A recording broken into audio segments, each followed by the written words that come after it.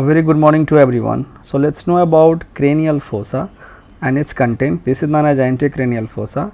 This is middle. On the back side we have the posterior cranial fossa. Let's know about the cranial nerves which arise from the cranial fossa. This is crista galli.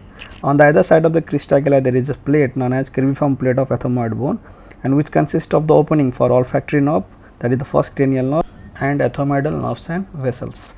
Same how, let's trace backwards. Can you see here? On the other side we have the second cranial nerve, that is known as the optic nerve, and this optic nerve joins to form a structure that is known as the optic chiasma. Now if you trace more backwards, can you see here the artery? This artery will be known as internal carotid artery. This is known as pituitary fossa, or also known as sella turcica, which consists of pituitary gland. Now on the other side, can you see here, this is the third cranial nerve, and which will be known as the oculomotor nerve. Now same how we have the nerve that is known as the fourth cranial nerve. This is known as the trochlear nerve. On the other side you can see here, right? So fourth cranial nerve, that is trochlear nerve. Same how this nerve will be known as the fibers of the fifth cranial nerve, and that is known as trigeminal nerve. Along with that we have the sixth, that is known as abducent nerve also, or the fibers of abducent nerve can also be seen here.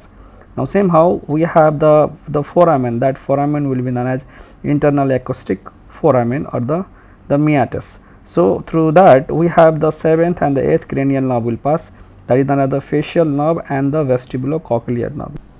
So below you can see the huge foramen. This is known as jugular foramen, and which consists of glossopharyngeal nerve, the vagus nerve, and the spinal axis nerve, that is 9th, 10th and 11th cranial nerve.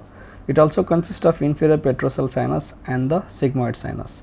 So this is known as the jugular foramen here. And through the jugular foramen you can see some of the fibers of spinal axillary nerve. This is spinal cord. So the fibers of spinal axillary nerve is arising from the spinal cord. Now this is foramen magnum. On the other side of the foramen magnum we have the foramen, that is known as the hypoglossal canal, and you can see the fibers of the hypoglossal nerve is passing through the hypoglossal canal.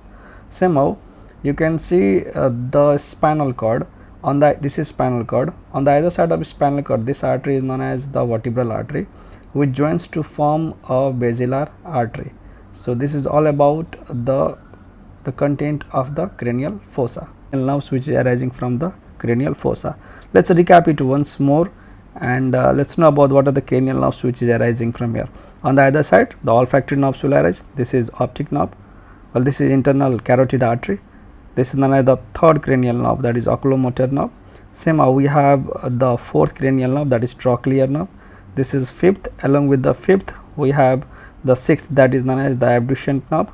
Same how we have the nerve that is known as facial nerve and the vestibulocochlear nerve, that is seventh and eighth cranial nerve. So if you trace more downwards, can you see this is jugular foramen, through which glossopharyngeal nerve, the vagus nerve and spinal axillary nerve. This is known as hypoglossal nerve over here. So this is all about the content of the cranial fossa. Thank you.